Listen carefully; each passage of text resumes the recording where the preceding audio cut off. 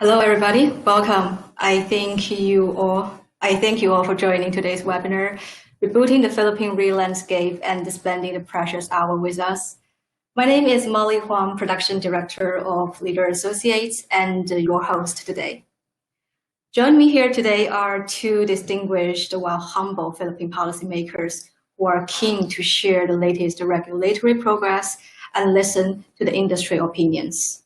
On behalf of the audience and the organizing committee, I'd like to extend again our sincere gratitude for Undersecretary Felix of Department of Energy and Ms. Monalisa Dimalanta, Chairperson of National Renewable Energy Board of the Philippines. Moreover, among the audience lineup, we also see a group of big names such as Morocco, Aboitiz, ASEAN Aboitiz, Vivint, Shell, Total, as well as House of Representatives. Thank you so much for joining us, and I hope you can enjoy today's webinar. As much as I'd love to give more detailed introduction about us and our work at Leader Associates, giving the floor to presenters and keep them talking is considered as a preferred option for all, as there will be a very informative and intense policy-focused session today. All the questions collected during the pre-registration have all been shared with our presenter and will be covered either in presentation or addressed independently at the end of the session. Also, please feel free to use the Q&A box on the left of your screen should you have further questions coming up. We'll share lively as well. Without further ado, I'd like to invite our first presenter of today, Undersecretary Wimpy. Dear Secretary, can you hear me good? Yes, thank you very much. Can you hear me? Yes, I can also hear you good. Now you have the floor. Please do let me know when you would like me to switch slides. Thank you very much. We arranged this with our distinguished National Renewable Energy Board Chairperson, Attorney Mona Dimalanta. She prepared a very extensive slide, and I hope we can cover everything. But what you can see from our outline is that we are going towards a rebooting of the Philippine renewable energy industry. What are we talking about? Instead of focusing on the feed-in tariff regime and the grid-centered regime, what we are looking at are the needs for our consumers. We are looking into the sustainable uses of renewable energy. We classify them into consumer-only productive uses of renewable energy, focusing on agriculture and food production, health, education, and other basic needs. The next classification is the renewable energy for the consumers within the DU system. So we have the distributed energy resources and the consumer participation through renewable energy, such as net metering. The third classification is the consumer with the distribution utility, the entire system, which includes RE suppliers that are going to sell their products, their services to the consumers. So we have the renewable portfolio standards, the green energy option, and other technical support, just like the technical support that we have provided in greening the grid and the competitive renewable energy zones, so that the developers will know where best to put the RE projects. What makes the Philippines more exciting is we have the regulatory reforms. Primarily, it was passed by the President Rodrigo Duterte, because he wanted to cut the red tape. And Congress followed suit and passed Republic Act 11234, which is called the Energy Virtual One-Stop Shop Act. Because of this law, we are given timelines to approve RE projects. And if we're not able, the government agencies are not able to act on these applications within the time frame, the applications are deemed approved. So because of that, all the government agencies, national and local government units, are now synchronizing all the efforts so that we can follow the law and we can comply with our timelines. So with all that, we now present to you our distinguished chairperson, the National Renewable Energy Board chairperson, Attorney Monalisa Dimalanta. Okay, thanks, Yusek, and good afternoon, everyone. Good afternoon to our organizers, and we thank you for putting together this opportunity for us, together with Yusek Wimpy, the exciting things that are happening on the Philippine renewable energy front. So I think what we joined Yusek, or Yusek brought us with to a quick helicopter view of the discussion this afternoon. If you can flip the slide, please, to the next one. This is going to be an introduction. We'll just go first with an introduction. For those in this webinar who are not very familiar with the Philippine RE landscape, even before the Philippine Renewable Energy Act of 2008 was enacted, the Philippines already had a very long history of renewable energy development and utilization. It started in the 1950s when the National Power Corporation was established with a primary mandate of developing hydropower and geothermal resources in the Philippines. So I think we start out with this because this is necessary for us to get a better appreciation of where the Philippine policies are coming from and how it has evolved over the many decades, and why we have, or perhaps maybe not necessarily the why, but it can explain a little bit of the reasons behind some of the policy decisions or policy calls that have been made over the years. Even after the National Power Corporation undertook this mandate in the 1950s, the DOE already had also developed small programs for solar, wind, and mini hydro development via its own mandate. So these are not legislative enactments. These are executive issuances by the agency that was tasked under law to pursue energy resource development. So not necessarily renewable energy alone, but all energy resource development. But in 2008, particularly in December 2008, the law was passed, Republic Act 9513, which is the Renewable Energy Act. In this law, there is a consolidation of a policy framework for the development of all renewable energy resources in the country. So all the little executive issuances that were previously issued, together with some legislative issuances that were enacted over the years, were now put together in this basket of in this rule, together with baskets of incentives that we'll cover in the next slide. But what I want to point out, at least you'll see in the screen in the fourth bullet, is that by this time there was already actually 40% of the total energy supply that's been attributed to renewable energy. This is owed to that decades-long development in renewable energy that we can trace back to the National Power Corporation and all other mandates that have been issued over the years. So this is sort of the platform from which we take off when the RE Act was enacted in December 2008. Next slide, please. So in the RE Act, prior to that, this is the picture of the Philippines that we see. Back in 2007, this just highlights the 40% that we mentioned earlier, where you see the respective attributions for generation capacity by fuel type.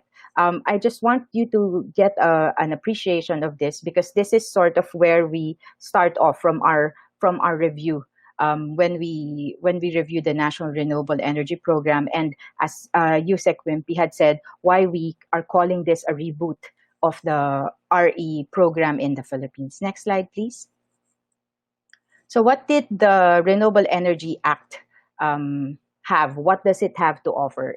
For the on-grid areas, sorry, I think there is some messing up of the slides here, but for the on-grid areas, there are a basket of fiscal incentives that were offered. There were also non-fiscal incentives. Just for the fiscal incentives, very quickly, you would see, and these are still available for RE developers in the Philippines, income tax holidays, duty-free importation for some items. Those are just some of the incentives that are provided under the law, still available.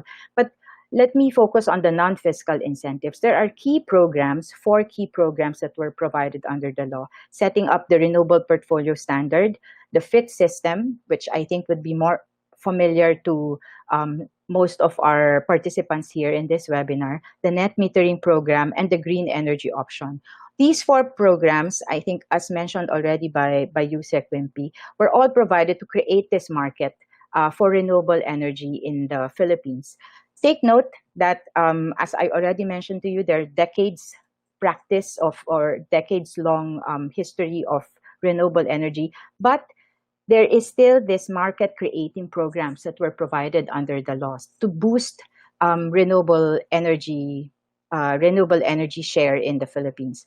I don't know why the sharing has been stopped. Okay, there. Okay, we're back. So these are provided in the grid areas. In the off-grid areas, there are also different set of incentives. There are fiscal incentives for development of Missionary electrification, and there is already what is approximate to the renewable portfolio standard in the off-grid areas for minimum percentage of total generation. I think this slide takes greater value, I think, or assumes greater value if you appreciate the geography of the Philippines. We are an island. We have several islands in our country, and most of these islands are considered as missionary electrification areas. So this twin mandate is very important for the development of Renewable Energy Act in the Philippines. Next slide, please. Okay, so proceeding with the projects that we have mentioned earlier regarding the on-grid programs provided under the RE Act. The first program that we're studying now is the Renewable Portfolio Standard. The RPS is actually a program that sets a minimum percentage of generation that needs to be sourced by mandated participants from renewable energy sources. This quota is currently set at a minimum of 1% incremental of the annual electricity sold by the mandated participants over and above their FIT allocation. The mandated participants are identified in the department circular that was issued by the Department of Energy back in 2017 and 2018. 2017 for the on-grid areas and 2018 in the off-grid areas. The links are provided in the slides provided to you. You can just click on these links and they will take you to the site where you can get a copy of these issuances. Together with the RPS is the mechanism for compliance, which is provided under the renewable energy market via submission of renewable energy certificates. The renewable energy market was already set up by the DOE. The circular was already provided issued last year. And via this market, mandated participants can submit renewable energy certificates, RE certificates, which is the means for compliance with their RPS requirements. The RE certificates each certificate is equivalent to 1 megawatt hour, leading up to the compliance level that the mandated participant is required to meet on an annual basis. The pricing for the RE certificates is the one that's still pending because there's a price cap that needs to be set by the regulator, and we are still waiting for the issuance of the regulator in terms of that pricing standard. But this year is the first full year of implementation for this RPS program. Next slide, please. Okay, the other program is on the voluntary market, which under the RE Act is called the Green Energy Option Program. This is one of the voluntary market mechanisms set out in the law for sourcing of renewable energy supply. The issuance for this was already provided by the DOE as well in 2018. The link is also provided in the slide um, before you and will be provided to you by the organizers. And this is available for customers that consume at least 100 kilowatts in terms of their consumption level. This is actually a big, one of the big programs that we are seeing, one of the most promising programs for pushing renewable energy that we are seeing in the scheme of RE law. While there are compliance markets set out by the feed-in tariff system and the RPS program, the key is really on people choosing to source renewable energy supply on their own. And this is the mechanism provided for that, at least under the law. The Green Energy Option Program can be availed of by, as I mentioned earlier, consumers consuming at least 100 kilowatts, and their contracts are not are not subject to the prior approval of the regulator. They are non-regulated transactions. And this is one of the key elements among the many key elements of this program, because for the compliance markets and for bilateral contracting, the regulator's approval would still be necessary for example, for distribution utilities to contract for that power and pass it on to their customers. But then, since this is a program that is voluntarily engaged in by customers themselves, and they negotiate directly with their chosen suppliers, this is not subject to prior regulation or prior approval before it can be implemented. What the DOE provides are just guides. For example, the DOE has provided for a template supply contract for the GOP, for the Green Energy Option Program, that can be a starting point for the parties for negotiation. So for customers that, for them, this is their first time to source or procure their own power supply arrangement, they can be guided by the template provided by the DOE. They're not required to fully adopt the template, but at least they have a starting point of negotiation, particularly if it's their first time to engage in such an activity. This program also created a new set of players for the RE industry, which is called the RE suppliers. The RE suppliers are the ones that are traders or brokers of renewable energy, and they need to obtain an operating permit from the DOE. We expect the DOE to issue the department circular to govern the issuance of the operating permit by this week. It's already on the table of the secretary actually for signature. So that's another movement that we expect very, very soon. Next slide, please. So aside from the GOP, another voluntary program is the net metering program. This is actually already in place for quite some time. It also has been very popular especially in the urban areas. Which is a program that the customer will need to engage in together with their respective distribution utilities. Currently, we have more than 3,000 registered participants in net metering program in various utilities all across the country.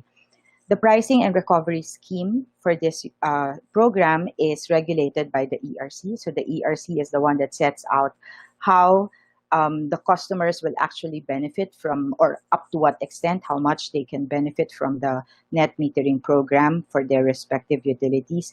And we're expecting actually the DOE to issue the enhanced net metering rules in order to make this program more attractive to large consumers in particular, or even to households. You can see in your screen the various issuances from the DOE and the Energy Regulatory Commission governing the net metering program. Next slide, please. Okay, so all of these programs are already implementation program. The planning aspect of development of the renewable energy industry in the Philippines is also mandated under the RE Act. The RE Act required the National Renewable Energy Board to present recommendations to the Department of Energy in order to come up with a national renewable energy program. The current NREP that we have in the Philippines was developed back in 2009-2010. It provided for a 20-year horizon covering the period 2010 to 2030 for the development of the renewable energy in the Philippines. I invite your attention to the rightmost column, bottom cell in the rightmost column, to look at the target capacity by which we have set out for ourselves to meet by 2030. If you compare that to the installed capacity column as of 2010, it shows you that we set for ourselves quite an ambitious target. We wanted to triple the capacity from renewable energy in a span of 20 years over the landscape of resources that you see in your screen, from geothermal, hydro, biomass, wind, solar, and ocean resources. So it's quite a lot. Next slide, please. Okay, so we have engaged in a review of that 2010 National Renewable Energy Program. As of last year, we started the review. We've completed our review and we're finalizing our plan so that we can come up with a new National Renewable Energy Program this year, actually within this quarter. And what we have seen, I'll just share with you some key findings from our review. What we have seen is that we are very, very far from meeting our targets. Just by the numbers in 2017, this was actually done as of 2018.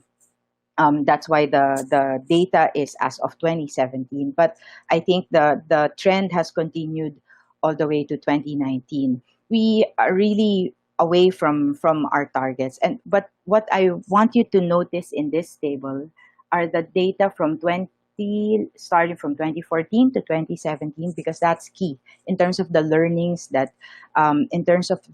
or key takeaways we made from this review. Next slide, please. So this is a breakdown from 2019 all the way to 2018 in terms of the capacity. What you saw earlier is the cumulative presentation for all RE, but this one is broken down per resource. You'll also see here that from 2014, 2015, all the way to 2016, that's where the spike happened in terms of the increase. That's where we sort of see the increase in capacity additions for renewable energy. But look at also which resource that increase can be attributed to. It's mainly attributed to solar in 2 years, and I think wind earlier on in 2014. Next slide, please. What does this? I apologize for the some items in the slides are not showing, but what this shows you is what this is supposed to show you. The second row that you see in the screen reflects the share of coal actually in the mix. The title slides will show you the years from 20, if I recall correctly, this is 20. The last column is 2018, and the first column is 17, 16, 15, 14. 2014 is the second column. The last column is 2018. The last line there is supposed to correspond to, let me just check now. It's supposed to correspond to renewable energy share. So we have actually, in our energy mix, the share of renewable energy has actually decreased over the years instead of increased. So it shows you not only that we're not meeting our targets in terms of capacity in the graph I earlier presented to you, but what we actually, that's in capacity megawatts, but in megawatt hours, what that actually translates to is actually a reduction in the share of renewable energy over the years. So next slide, please. So knowing all these things, we we started analyzing, or we continued the analysis actually, and formalized the analysis in the review of the National Renewable Energy Program, and we identified some cross-cutting issues that can be that can explain why this is so, why we are in this predicament that instead of increasing, getting us closer to the target, we're actually moving away from our targets. What we have identified, what you have on the slide here, are just some key cross-cutting issues that we have identified. The first one, and the primary reason that for this situation that we have identified, is a delay in the implementation of the RE programs and policies. As I mentioned earlier, this year, 2020, is supposed to be the first full year of implementation of all RE Act mandated programs. The 4 programs that I showed you in the slide earlier, if you recall, for on-grid areas, the non-fiscal incentives. The fiscal incentives have been there, and they are still there. They are still available for investors, for developers to subscribe to and to enjoy. But in terms of the non-fiscal incentives, those 4 programs are seeing implementation only this year.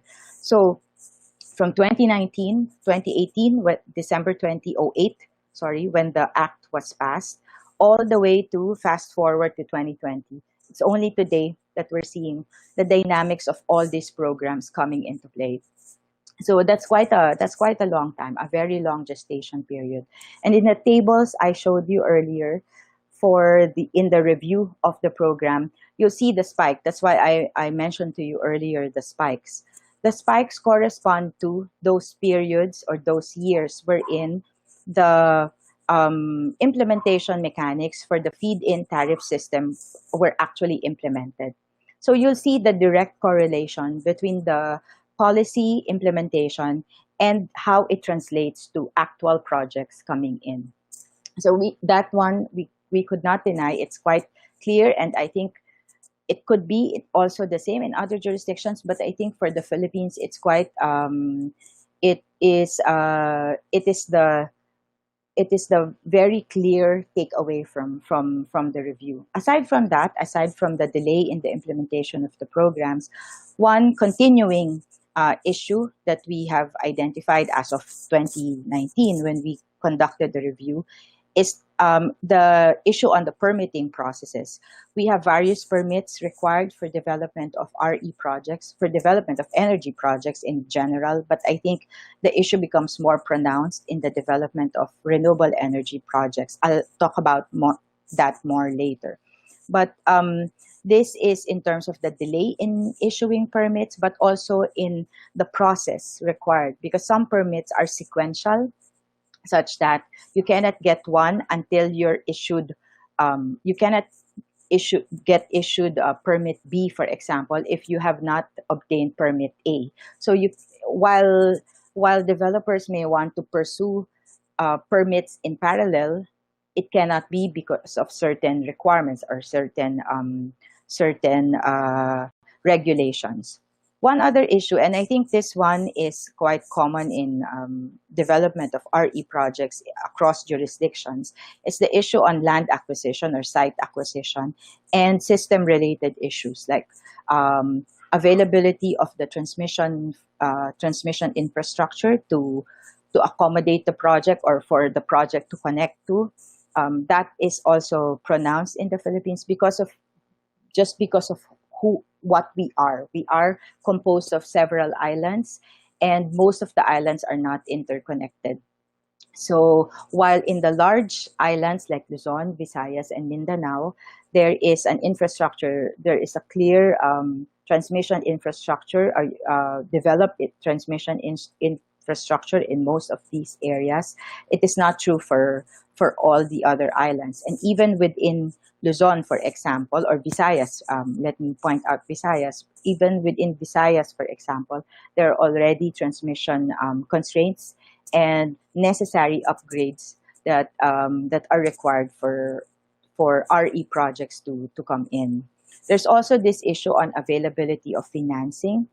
While local banks in particular are quite liquid, and ready to finance in principle, once projects go to the banks to procure or to secure financing, the requirements checklist somehow do not match, or the requirements of the bank somehow do not match what the project is ready to offer.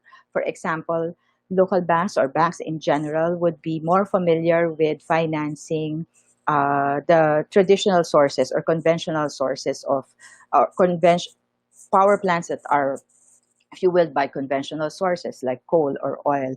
The parameters for review for these types of projects are not necessarily do not necessarily fit the parameters for review of an RE project, where the source is while practically free. For example, for the solar, wind, and some hydro projects, the fuel is practically free. There is an issue of intermittence, for example, that needs to be addressed. There's issue of if the project feeds the WESM, the wholesale spot market, it's not necessarily an attractive proposition for the funding agency. So there's a huge gap that needs to be addressed in order for these projects to actually access the financing that is available in the market. Next slide, please. Okay. There are also some resource-specific issues that we have identified for particularly certain types of RE. For hydro and geothermal resources, the areas are usually in the less developed areas of the country, and there's issue on resource accessibility or availability. This is where I mentioned earlier, in land acquisition, maybe that's an issue that cuts across various RE technologies or RE resources, but it becomes very pronounced for hydro and geothermal. Also, because there are different permitting issues for areas of this nature. For example, the hydro resources, the geothermal resources would most likely be located in protected areas. And there are different, while they may allow these types of development in protected areas or forest areas or watershed reservations, there are specific and very stringent environmental requirements that need to be met. So a different set of issues come up. There are also in the Philippines, for example, indigenous peoples, and their rights will need to be respected. Their consents will need to be obtained in order for any activities to be conducted in these areas. There's also that issue in terms of biomass, for example, on the suitability or affordability of the feedstock or of the technology that is proposed to be put in place. And then, as I mentioned earlier, there are grid or system-related constraints related to, for example, bullet one. If the project is in the less developed areas or not developed areas at all, there is usually a very long distance for the lines that need to be put up in order to connect the project to the nearest or closest substation, for example, of the grid operator. And there are across those, to put up those lines, there are various permits that need to be obtained. There also could be private owners of the lots that need to be engaged in negotiation in order to obtain consent or approval. Okay, next slide, please. So having realized all these issues, what the NREB has come up with and the DOE has come up with the recommendation of NREB are certain regulatory reforms and undertaking of technical support in order to address these issues. For example, to address some cross-cutting issues on permitting process, there's already this law that was passed. Yusek Wimpy had mentioned this earlier, the EVOS Act, the Energy Virtual One-Stop Shop Act. Not only does this law mandate the DOE and the various agencies to come up with a digital platform for for all the approvals and permits that need to be obtained. It also, and I think this is the more important part of the act, it also put very strict timelines and very aggressive timelines for permit approval. And for RE projects in general, if there are certain permits that are already past their approval window, for example, there's a deemed approval mechanism under this law. So if the government agency on which the permit application was lodged fails to act on that permit application, then the permit is deemed approved beyond a certain date. Apart from the fact that the agency involved or the personnel in the agency involved might be exposed to some administrative action for failing to act within the period provided. The DOE, for its part, also in coordination with NREB, we also worked on the Omnibus guidelines on award and administration of RE contracts last year. This process revamped the process of, or this issuance revamped the process of awarding and monitoring of renewable energy service contracts with the DOE. Under the RE Act, before any developer can proceed with any resource exploration and development, they need to first obtain this concession from the state. This concession from the state comes via a renewable energy contract. And this is the issuance where you would see the requirements for obtaining the contract, for identifying the areas that you wish to explore, and how DOE will evaluate the awarding of that contract and what obligations go into that contract. There are template contracts already provided by the DOE per type of resource that you will get from this circular. It's quite a lengthy circular, and if there's anyone among the participants here who would be taking on that first introduction to the Philippine RE industry, I invite you to check the circular because it's quite informative. It tells you what the expectations are from the developer, and it guides you through the process of obtaining an RE contract or that concession from the state. Next slide, please. Okay. So just taking off before maybe Yusek Wimpy can also join us and explain the points later. Aside from the regulatory reforms, there are others, but I just highlighted the key ones. DOE also undertook some studies together with supported by certain grants from some agencies, undertook to provide technical support to developers. One issue I mentioned earlier, if you recall, is the readiness of the lines, readiness of the system to take on the RE projects as they come in. So the DOE already, together with the National Grid Corporation of the Philippines, that's the system operator, completed the study for the identification of certain competitive RE zones. These are areas across the country where one resource is available or certain resources have been confirmed as available: wind, solar, and some hydro resources. And second, this study also identifies whether or not the grid can take on up to what capacity of a certain resource to be developed in that area. And if the grid is not ready or needs to be, or can only obtain or can only be ready for a limited capacity, what is needed by the study also identifies what is required from that grid operator, from the system operator, what is required of them in terms of upgrade, capacity expansion, or extension of the line. So it's a full scale of requirements that are already identified in order to nurture and realize the resources that are identified in those areas. What needs to be done at this stage in this CREZ study is engagement with the regulator, because any projects undertaken by the grid operator will need to be approved, will need to be part of the transmission development plan, and it needs to be, the funding in particular for that plan will need to be approved by the regulator in the budget requirements of the grid operator. So that's where we are now in terms of this process. We are engaging the regulator so that they would take comfort in approving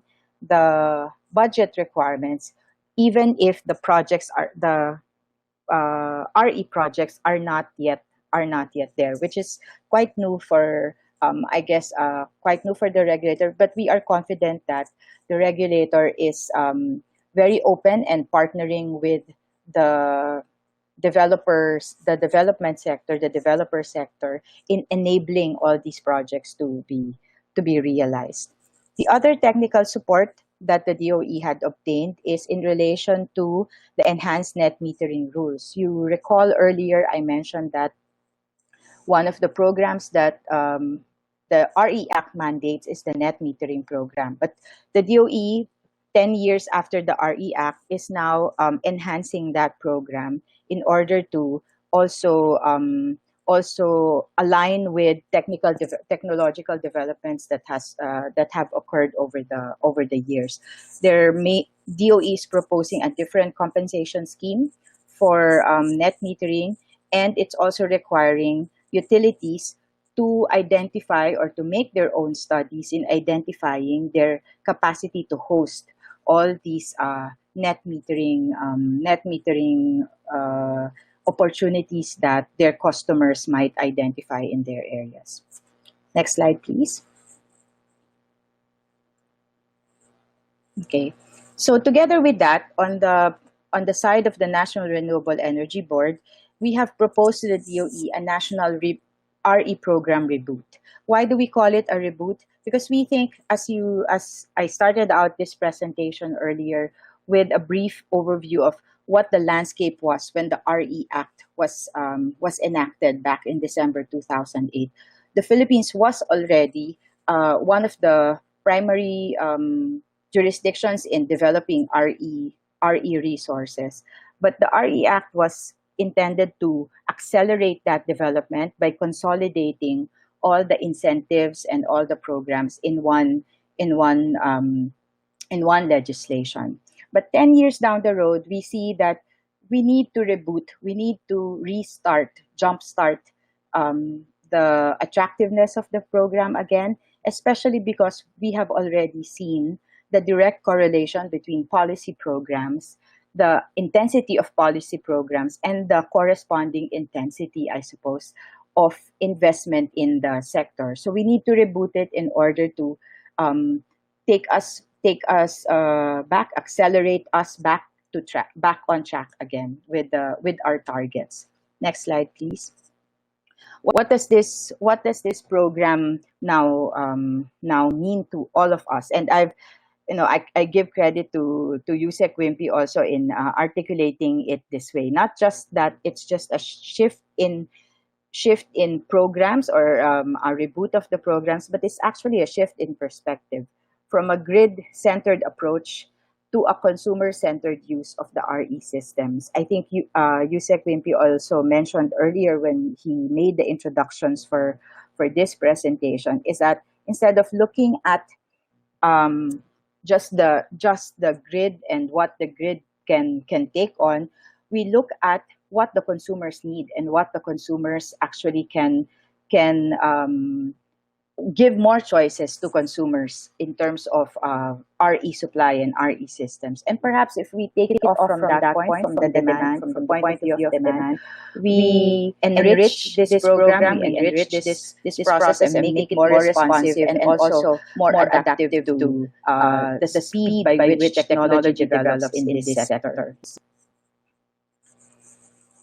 So what are the program buckets that we can expect for this shift in perspective and reboot of the program? Yes. As mentioned by Attorney Mona, next slide, please. What the Yes. Department of Energy is doing is we emphasize that we are a series or a group of islands. And we have a lot of areas, either in the mountains or in the islands, that need energy. And what we are doing is we are focusing on the RE support for food production, for health and education support services. So what we have been doing is, for example, we have pilot projects for pre and post harvest facilities for food production that are RE powered.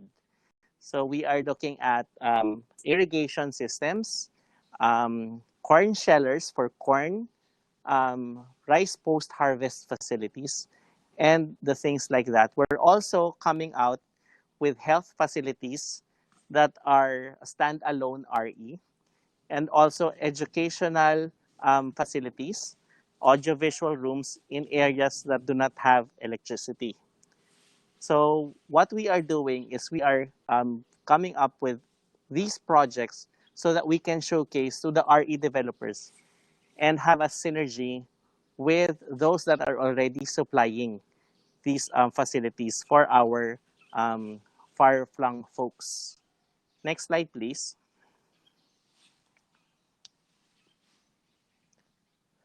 The next group is the consumer plus the DU programs. So what we are focusing here is how do we encourage more consumer participation in the renewable energy sector. We want people, the consumers, to invest in RE. We have tie-ups already with financial institutions because homeowners can have a window for home improvement. For example, coming up with a rooftop solar for their residential houses. We're also coming up with enhanced consumer participation programs, such as distributed, which even includes distributed energy resources or energy RE resources that are connected to the DU so that they can have more options in participation, like participation in the interruptible load program. These are already in the works and undergoing final drafting and signing of the secretary. Next slide, please. The next one is what Attorney Mona already discussed, the details on the RPS, because here we look at now the grid-connected programs. It's just a matter of tweaking or improving what we already have, which includes the renewable portfolio standards with the renewable energy market there. We will also have the green energy option, as already mentioned. We have to also locate where the RE projects are best suited to be placed, and also the green energy auction program with the green energy tariff. So what we are doing in the last green energy auction program, in this last program, is we are helping the developers and the consumers bridge the gap with the banks, and we are helping them to come up with power supply agreements that are facilitated by the Department of Energy. Next slide, please. So with all that, we are now updating the National Renewable Energy Program. Next slide. So in the metrics that Attorney Mona used, what we need to do is to have the same language. So we are transferring from a metrics of megawatts to megawatt hours. We're also looking into more demand side projection because, as I mentioned earlier, the key is sustainable use of renewable energy. And the best way to have a sustainable use of renewable energy is for the focus on the demand, on the consumers, and not so much on the incentives. And we are also asking each technology for RE, each group, to identify what support mechanisms that they require, because government is very much willing to provide more incentives to focus on certain technologies. Next slide. So for the LGUs, the local government units, we are in the process of coming out with a local government unit energy code. So this is a way to align not only the regulatory reforms, but also to align the planning for the development of renewable energy sources to their local plans, which includes the spatial plans and also their comprehensive development plans, also known as where the resources, the money will go. The Philippine Public-Private PPP Center, the Philippine Private, Center. yeah, they are partnering with the local government units also once these are already identified. So for the energy transition and the other support programs, we are coming up with a current review of where we are, where the assets are, and how we will tweak it so that we can become more productive. Next slide, please. So as a way forward, next slide, we need more consumer participation, and we are looking into the design of a voluntary market. What the Department of Energy and the private sector in the RE sector here in the Philippines is doing is that we are engaging, we are coordinating, and we are facilitating, and we have to come up with a better voice. But we need point system, a reward system that, for example, any purchase of RE systems in the agricultural consumer only group will be rewarded with certificates that can be traded later on. So that is what we are looking at. How do we design a voluntary market? Because what we have already under the renewable energy market, it's a mandatory market. So it's a way for them to comply. It's a compliance market. What we are looking at is now the design of the voluntary market. Next. I think that's the last slide. Is it? Yes. Okay. I'm trying to catch up with the time. Yeah. Okay. So we now have the Q&A. Yes. So I think every audience can see what the questions are. So I think we can just start from one and continue by order. Okay. All right. So from the side of the National Renewable Energy Board, we are actually very supportive of the DOE's initiative in coming up with this auction scheme, Green Energy Auction Program. This was actually the brainchild of the Secretary Kusi, and when he referred the matter to NREB and asked our assistance, we really welcomed the opportunity. There are various opportunities for this auction program for jump-starting the RE program again in the Philippines. It will identify the auction is actually primarily to assist or facilitate the compliance to the RPS program. In the Philippines, we explained earlier, the RES program has that requirement or imposes that requirement among utilities, for example, to obtain a certain percentage of their generation from RE resources. But not all. I think one thing that will need to be appreciated is that not all utilities can easily conduct their own procurement process for renewable energy. So what this program does is aggregate all those requirements from the utilities and all other mandated participants in terms of volume, in terms of the megawatt hours that will be required in order to meet the RPS compliance levels. So in aggregating that volume, DOE will then auction out that volume for RE developers to meet that demand over a period of time, and then there are requirements also that need to be set out. One challenge, I suppose, that I personally can identify as having been engaged in this process with the DOE is on the pricing. Admittedly, price will be the driver for this program. And in terms of the mandates, the allocation of mandate, I suppose, if we call it that, among the different agencies, it's really the regulator, the Energy Regulatory Commission, that has the mandate in terms of rate setting. So we need to, and we are engaging the Energy Regulatory Commission in coming out with a price that would be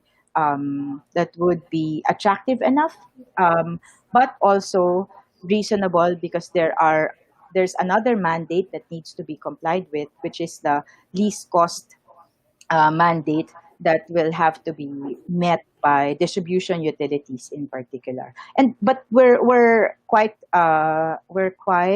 optimistic there as well, that there is that sweet spot, I suppose, in terms of pricing that can work and meet all these seemingly competing goals or aspirations. The latest, in terms of latest development, I think Yusek already mentioned also that the DOE is already finalizing. There's a round of comments that were received from various stakeholders last month, and DOE is already compiling, and not just compiling, but sorting out which of the comments can be just explained to the stakeholders and which actually merit revision to the draft. But we're still targeting to release the issuance this month. And this is quite promising. Going now to the second question, this has quite promise for projects under development, because this opens up a market for contracting that was not easily available to them that is not easily available to them under the current system. Under the current scheme, they wait for the utility to actually request for proposals, and open a competitive tender, and then they participate alongside uh, coal coal projects, alongside oil projects or gas projects. But this one is purely an RE exercise, and we are trying to come up with tender parameters that will be issued per auction, so that per auction the participants are sort of on a level playing field. That's the intention, at least, and that's why we are hoping that projects under development will also see this as a positive sign for DOE and the RE industry in general to assist projects so that we realize and we take them to financing and operations phase. Yes, some questions to follow up. So, who can participate in this green energy auction or tariff scheme? All the generation companies, distributed utilities, qualified third parties, or everyone, or those who have already registered in the WSEM? Okay. Let's answer the easy part first. Qualified third parties would not be qualified, would not be eligible to participate, because qualified third parties operate in the off-grid areas. This program currently covers only the on-grid systems, because it is primarily to assist compliance with the RPS on-grid rules. So I think that one we can easily clarify. In terms of who can participate,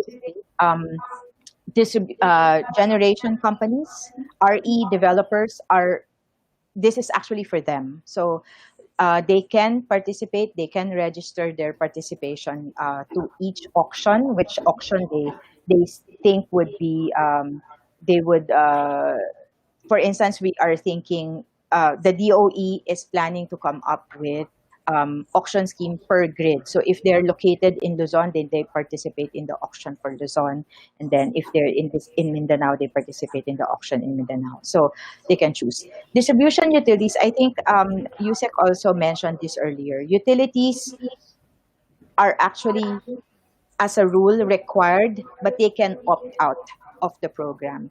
They can, because they are among the mandated participants in the RPS program. So they're actually considered already part of the auction program. But if they can demonstrate to DOE that they have their own procurement system in place that will meet their RPS compliance, then they can get a clearance from DOE to not participate in the auction, because they will conduct they will conduct their own. But then they will have to get their separate approval also from the regulator, with whatever contracts they procure under their independent competitive selection process. Okay, that's very interesting. Also mentioned by USEC Wimpy that this auction will be held annually. But from your address, it seems that the auction consists of several auctions in various regions. Can Yes. you further elaborate on that? Yeah. Under the current or near final draft of the regulation, it will be conducted annually because the RPS requirements are also determined on an annual basis. But there could be short-term and long-term contracts for this. But currently in the draft, it's set annually. But it's not just in order to be fair for pricing as well, because one thing I think that needs to be appreciated also for the Philippines is that because of our makeup, we have different prices or pricing profile, I suppose, for Luzon, Visayas, which is where the WESM currently operates, and there is a physical interconnection between Luzon, Visayas, and then Mindanao, where WESM is currently not yet operational and it's not physically connected to the grid. So the DOE is of the mind that you cannot just have one price for all of the islands because there are unique and we can see that from if you just look at if there are participants here who would want to be more familiar with the Philippines, one thing to look at would be the WESM prices. It's public, and you'll see the variance in prices. And then there's a different scheme altogether for Mindanao. So that's the idea behind having a separate auctions for the islands. That is great. And how about the second question? How will RE projects under development be affected? Because we all know that there had been an FIT scheme held in 2016, and that resulted into a oversupply or overconstruction. And there are still some projects haven't been tendered since 2016. Could these projects be included in the auction scheme or tariff scheme? Okay. The oversubscription you mentioned are for solar and wind, actually. That's why the DOE had to increase the subscription, the installation capacity targets for solar and wind when back in 2015, 2016 for solar and wind. There are still fit capacities available for hydro. Actually, we still have not met our installation target for run-of-river hydro. We still have more than 100 megawatts in capacity that's available. And the DOE has already agreed to extend there was supposed to be a deadline of December 2019 for ROR hydro projects to qualify for the FIT program, but the DOE has agreed to waive that deadline and just allow for the subscription of that remaining more than 100 megawatts for run-of-river hydro for the feed-in tariff program. So that's still available. Biomass is so far already fully subscribed, but the list of projects have not been finalized. So I think to address the question on whether or not the oversubscribed capacities, I think if I understand correctly, the oversubscribed capacity for solar and wind, or wind in particular, or solar in particular, that did not qualify for the feed-in tariff program, will they be qualified to participate in the auction? The answer is yes, up to the extent of the non-fit capacity. So whatever was not qualified for the feed-in tariff program, they can qualify for this, primarily for the short-term supply window for the green auction tariff, because there will be long-term contracts and short-term contracts. I think for the existing capacities, they can qualify for the short-term short-term contracts. So for the short-term and long-term contract, what's the time difference? It will be in 10-year, 15-year, 5-year, or 20-year? Not 20, but maybe for the long term, we're looking at a 15-year contract. 15, maybe 20 would be possible for what we can qualify as base load, like geothermal, for instance, can be because we know it has a longer recovery period for these types of projects. For short term, we're looking at 3 to 5. What we are now doing is we have consolidated all the feedback, the comments from the participants, from the players on how we can finalize this program. Yes, we can finalize this program within the week. We are waiting for the meeting, the virtual meeting that we will conduct, and we will discuss it line by line. The most common question is, what will be the rules for the auction? And I think we have already emphasized that for each auction, we will have specific rules to govern each auction. So what we are planning is to have every year an auction. We also need the participation of the regulator to come up with the pricing. What will be the price cap? So that's one. That's question number one.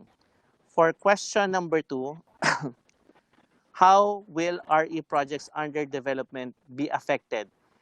This will basically, what we are anticipating is we are boosting the development of the RE projects by not only fast tracking the red tape or the permitting process, but also how we will include the banking system to have more activity and to understand better the sector. So number three, why are foreign companies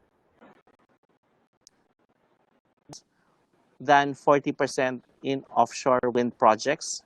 Limitation of foreign equity participation. This one I asked already the National Renewable Energy Board to study because in our humble opinion, we have a 40% cap for foreign investment to come in under our constitution.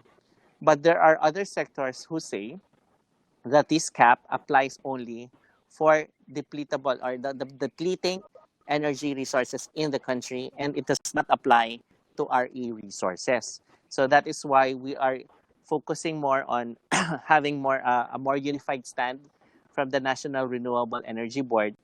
And Attorney Mona has already looked into a lot of Supreme Court decisions with regard to the matter because these are legal issues. For number four, what is the floating solar policy in the Philippines? The good thing is we are in close coordination with the Laguna Lake Development Authority under the Department of Environment and Natural Resources so that we can focus and we can provide Laguna Lake as one of our pilot projects.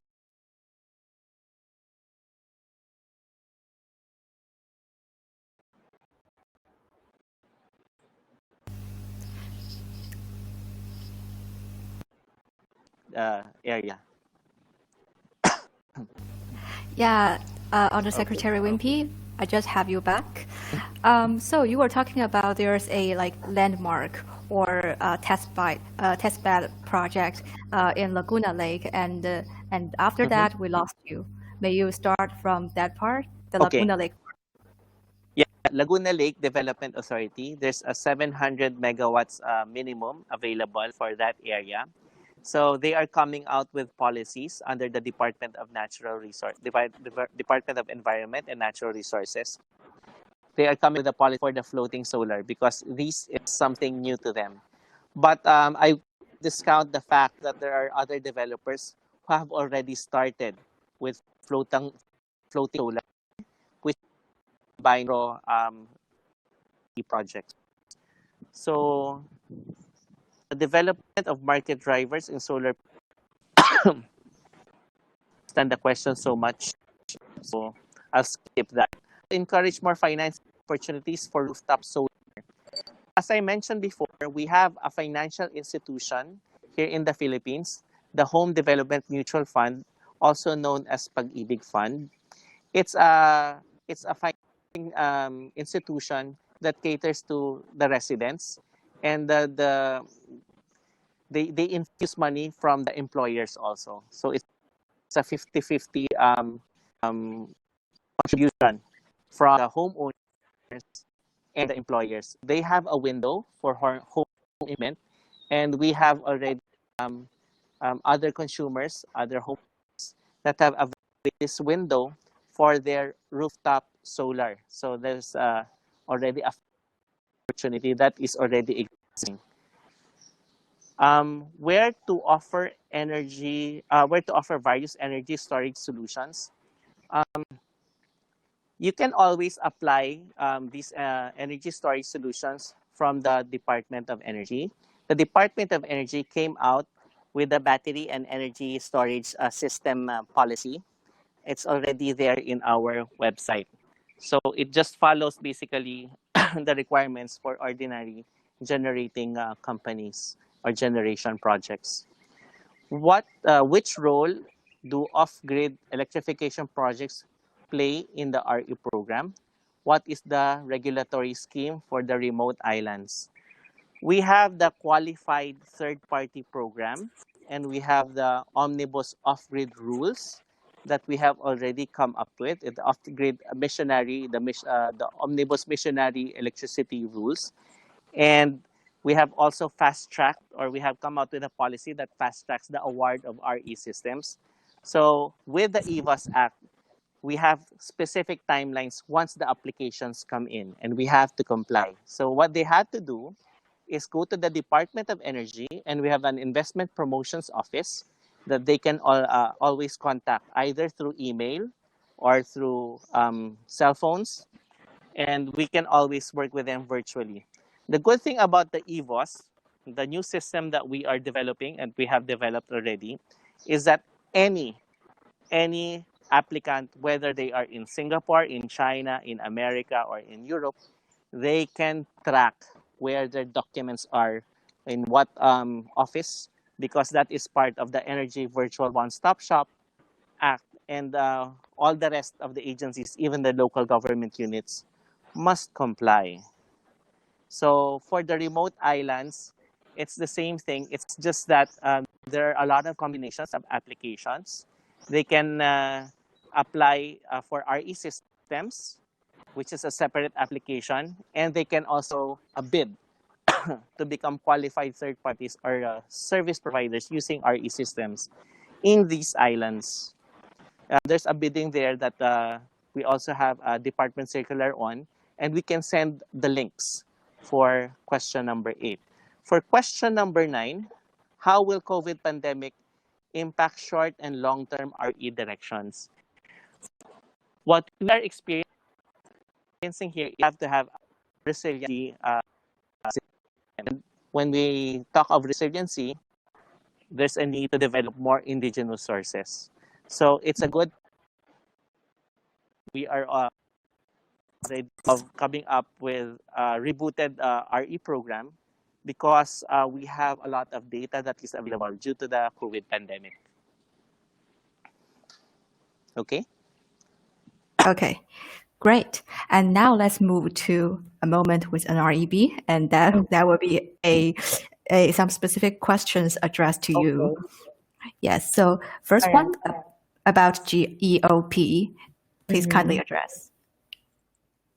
Okay, so the Green Energy Option Program, as we mentioned earlier, is a voluntary program.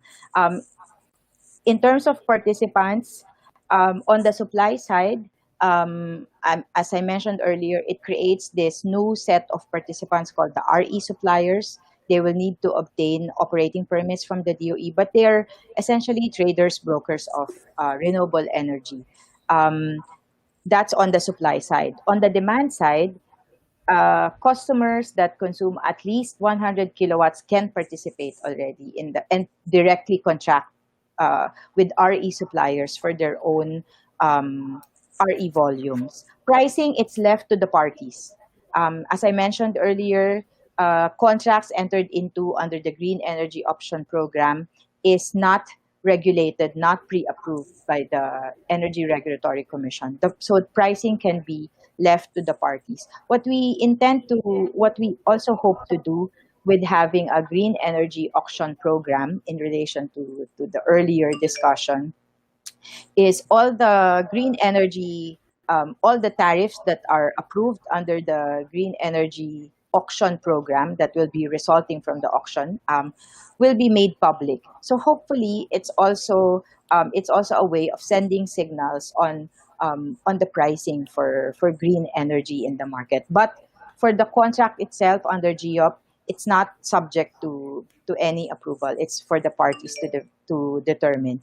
Technology priorities, no set priority under the issuance because again, the parties are free to negotiate, but it's recommended, of course, for the RE supplier to aggregate also the supply on their side because as we all know,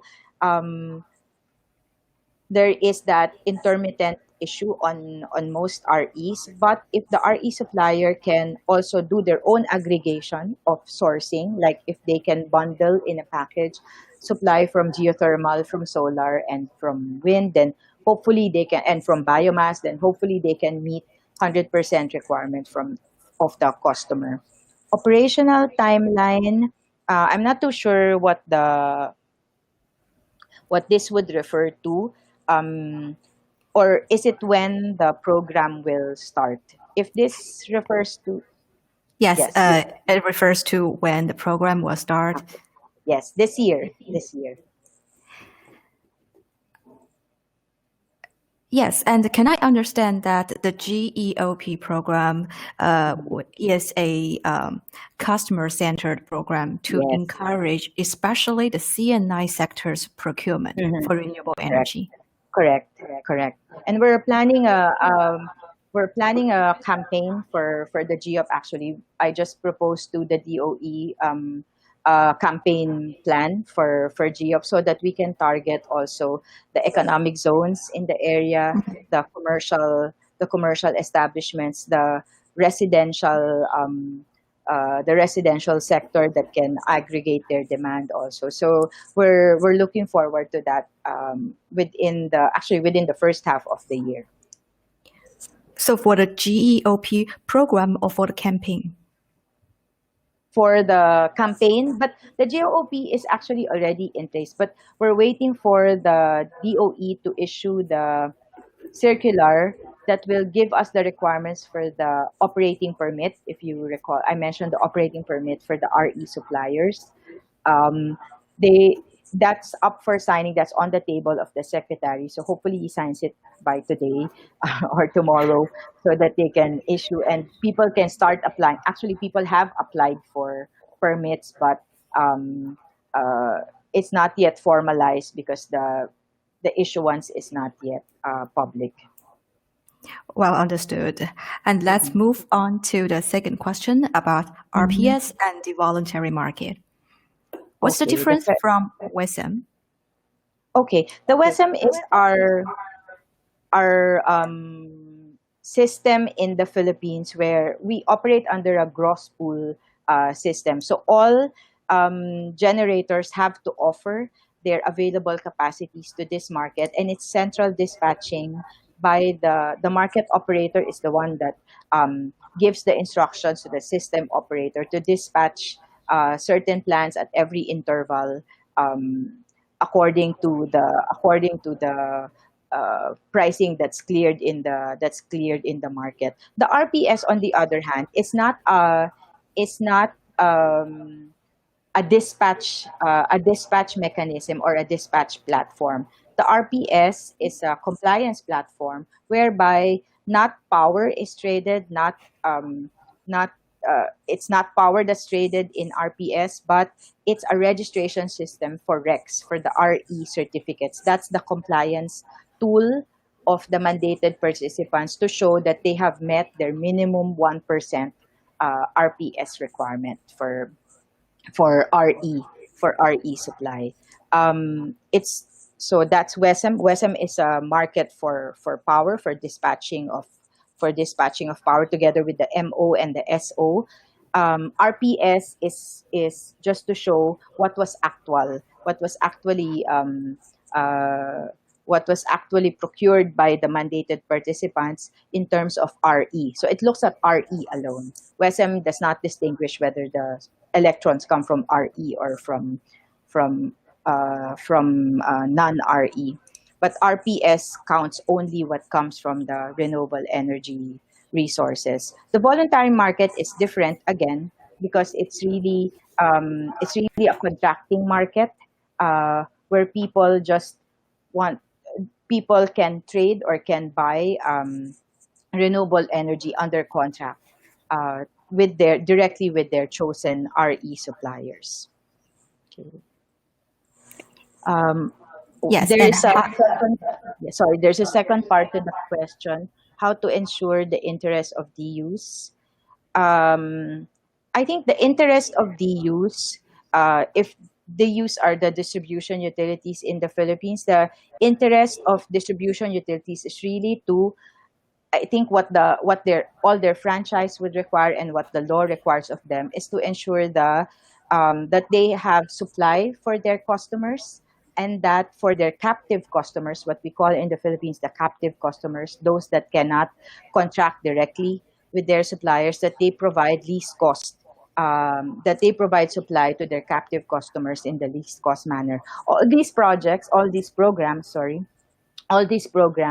are also circumscribed within those parameters. That, for example, for the green energy auction program, that's why the pricing mandate is respected with respect to the rate setting functions of the ERC, because ERC is also the one that says, okay, this is least cost. So we are also mindful of all those parameters that we need to work with, because we don't want and we don't intend to have the utilities not comply with certain requirements placed under law if they have to comply with all these programs in the government. Okay.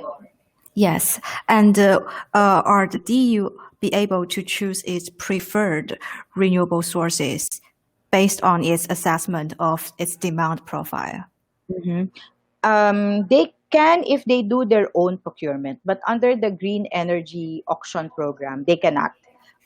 Because as I mentioned earlier, it's aggregated volumes, and also with respect to the supply, it's also aggregated. But it will be, as I mentioned earlier, in the regulations for the Green Energy Auction Program, that's why there could be more than one auction in one. An auction could be in several parts. There could be a sub auction for peak requirements. There could be a sub auction for off peak or base load requirements. Is intended to address the requirements of the DUs as well. Okay. So apart from the annual auction, the auction in different jurisdictions, but there will also be some extra sub-auctions available for Yes, sorry. They are not, I don't think they are extra. They are they're intended to, they're not extra auctions, but that's how, for instance, in one auction set, there is one auction set for Luzon peak, Luzon off peak, Mindanao peak, Mindanao off peak. So that's how that is currently designed in negotiation. Yes. Well, to be finalized with the DOE, because I'm not in a position to because it's a DOE issuance. So, but that's how the discussions are going with DOE. Okay, and for this Green Energy Auction Program, there will be no preferred technologies, but all the technologies will be conducted in the level play field. Correct. Okay, and let's move on to the third question about the competitive zones and grid issues, the integration of these renewables. Okay, so the question is, which part of the Philippines is prioritized? It's actually a nationwide program. So several areas in Luzon, Visayas, and Mindanao have been identified as CRES or competitive RE zones. So there's no particular area that is prioritized, and it is actually a study conducted by the DOE together with NGCP, a group of personnel from the DOE and their counterparts in NGCP were actually the ones who were trained at NREL in the US, and they were the ones who came up with this study. So this is a joint effort already. That's why I think I mentioned at this stage, it's engagement with the regulator, the other part of the triage or the of that group that will need to be engaged. Yes, a great issue can be quite a hurdle to renewable energy development. Yes. And for the Green Energy Auction Program or option program, would energy storage or hybrid system be included in such auction? Not in the auction. Not in the current design of the auction. But can be negotiated with the distributed utility or electric cooperatives. Yes, I think so. In fact, maybe it's worth mentioning at this point, in the study conducted in the CRES study, one of the options identified is really the development, or one of the recommendations of the study is really the development of energy storage, not just for hybrid setups, but also to, in a way, expand, or as a tool for transmission, to address transmission related issues. If energy storage can be put in certain areas to as a bridge for opening new transmission corridors. So that's actually part of the recommendation of the study. And are the competitive zones be identified already? And if yes, where can we find these zones? I believe so. I'm just not sure whether it's DOE or NGCP that will release the study. We can check, and then we can advise the group later. Yeah, of course. And the question number 4 about AVOS. I think it's one of the most important acts that are currently being discussed amid COVID-19. Any comments on that? I think EVOS in a way was a welcome development when it was passed last year or 2018. Is a very welcome development, and it was, I think, at the time it was passed, it was seen mainly as overdue. It was, people have been waiting for too long for this type of legislation. But now, after COVID-19, I think what we realize, it's what a relief that we already have EVOS and that system in place, because it's being utilized right now. DOE is it's actually, the EVOS steering committee is headed by Malacanang, so by the highest executive office of the land. That actually, I think, highlights how important people in government view this act or system. And it could be that maybe this is currently just used in the energy sector, although there are already the group is composed of various agencies involved in energy projects, but it could be, I think, expanded to other areas of government where a virtual one-stop shop is actually necessary. And I think where for some agencies, they're already adopting within their mandate this system. For example, the Securities and Exchange Commission has an online registration system for creating new companies. So, and it just this COVID-19 situation actually just accelerated the use of that process. So I think it's as in most areas of our lives, I think what this COVID-19 does is just accelerate our migration to digital platforms and technological means in order to meet our compliance requirements. Yes, one of the audience concern is the consistency of the government plan under the COVID-19 situation. And for the EVOS, it was supposedly to be announced or to be issued perhaps in the early of this year. But under these circumstances, the outbreak, the quarantine, when would you estimate the issuance of the act? No, it's already issued. The implementing rules are also issued, but I think what the maybe the participant was, or the member of the Operation. audience that asked this, yeah, was maybe referring to the full operation. It's already in I don't know the technical term, beta mode. It's on trial mode already. We can it's maybe we can ask USIC, because I'm not in the steering committee, so I'm not too sure about their timelines for the full operation for the EVOS, for the system. Sure. It would be appreciated if you can also kindly, convey this message to USEC VP. Yes. All right. And for the question number 5 about off-grid and island electrification, also mentioned by USEC that distributed energies or the universal access to electricity is on the top priority of the Philippine national goal. What might be the policy orientation regarding that sector?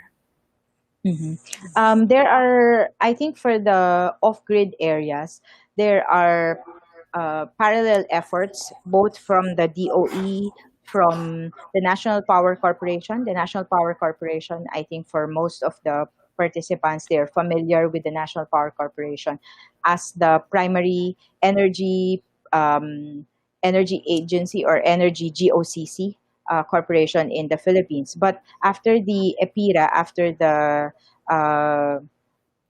Republic Act 9136 in 2001, where the privatization mandate was required, was implemented, NPC was given the task of developing off-grid, mainly developing the off-grid area. So most of the assets of NPC were privatized, but it was its mandate to develop the off-grid areas is left with NPC. So NPC is the one implementing the off-grid programs, actually, and developing what they call the Missionary Electrification Plan.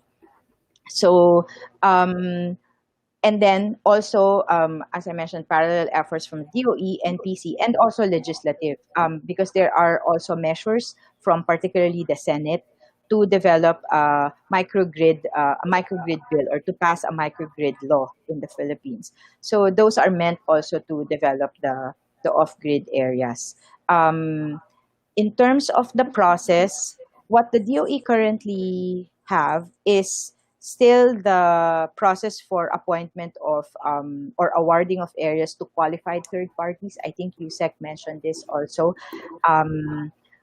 I just don't have the link now with me, but we can provide you with that link for the appointment of qualified third parties. And there are I just don't know if the question refers to a streamlined process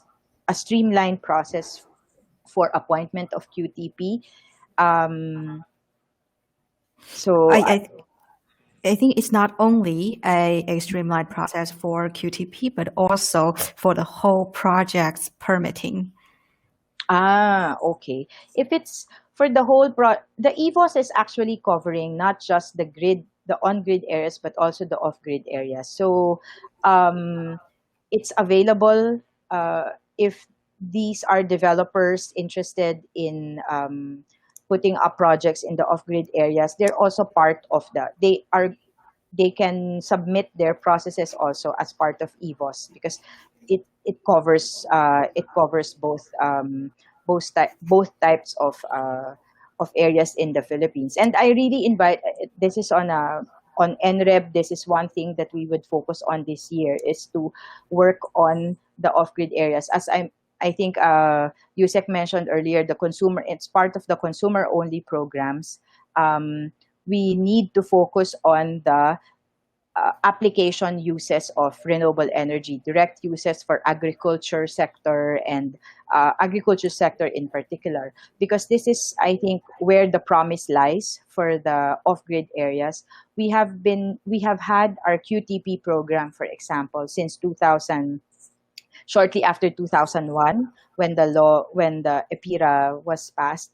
But it has, I think, not consistently been successful in the off-grid areas. And I think one issue there is really sustainability.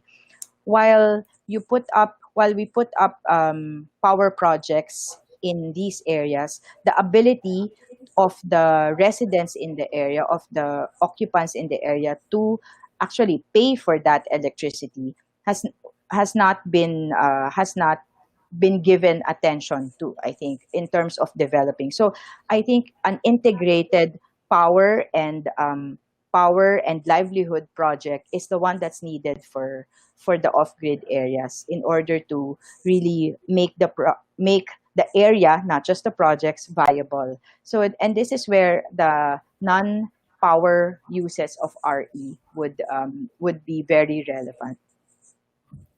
And regarding the qualified third-party providers, they are only allowed to, install a off-grid system or a microgrid system in these areas, or they can actually get the franchise as the distributed utilities or electric cooperatives have. No, QTP does not include franchise requirement. They actually act as contractors of the National Power Corporation or of the utility for the areas that are not electrified. So no, it doesn't go with a franchise. They can apply, I suppose, for a separate franchise with Congress, with the legislative, but that's a different process altogether, and not part of the requirements to be a QTP.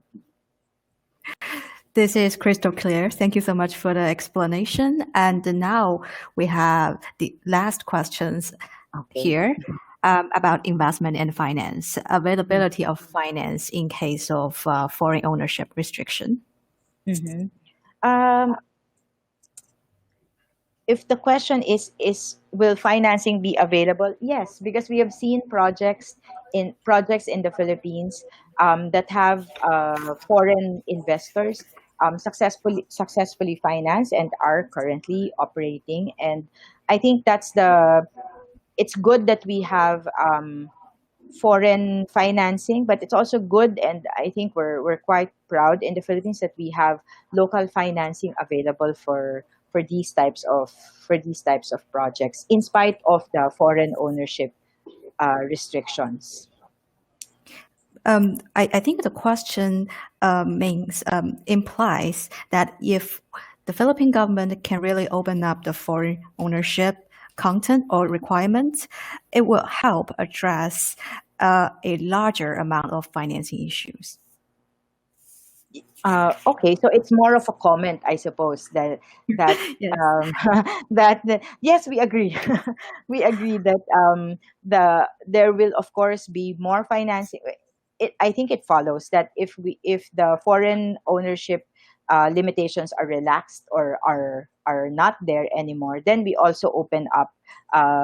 Then we also take out, I suppose, the limitations on access to greater financing options. That's correct. Yeah, but we don't know yet when the foreign ownership restrictions will be, and if they will be taken out for renewable energy. I think Yusek mentioned earlier that he had already asked us at NREB to study this point. It's really a legal issue, and we're preparing that for our recommendation for the DOE. So it means there is a chance to have a legislative improvement in the future. Well, we'll see.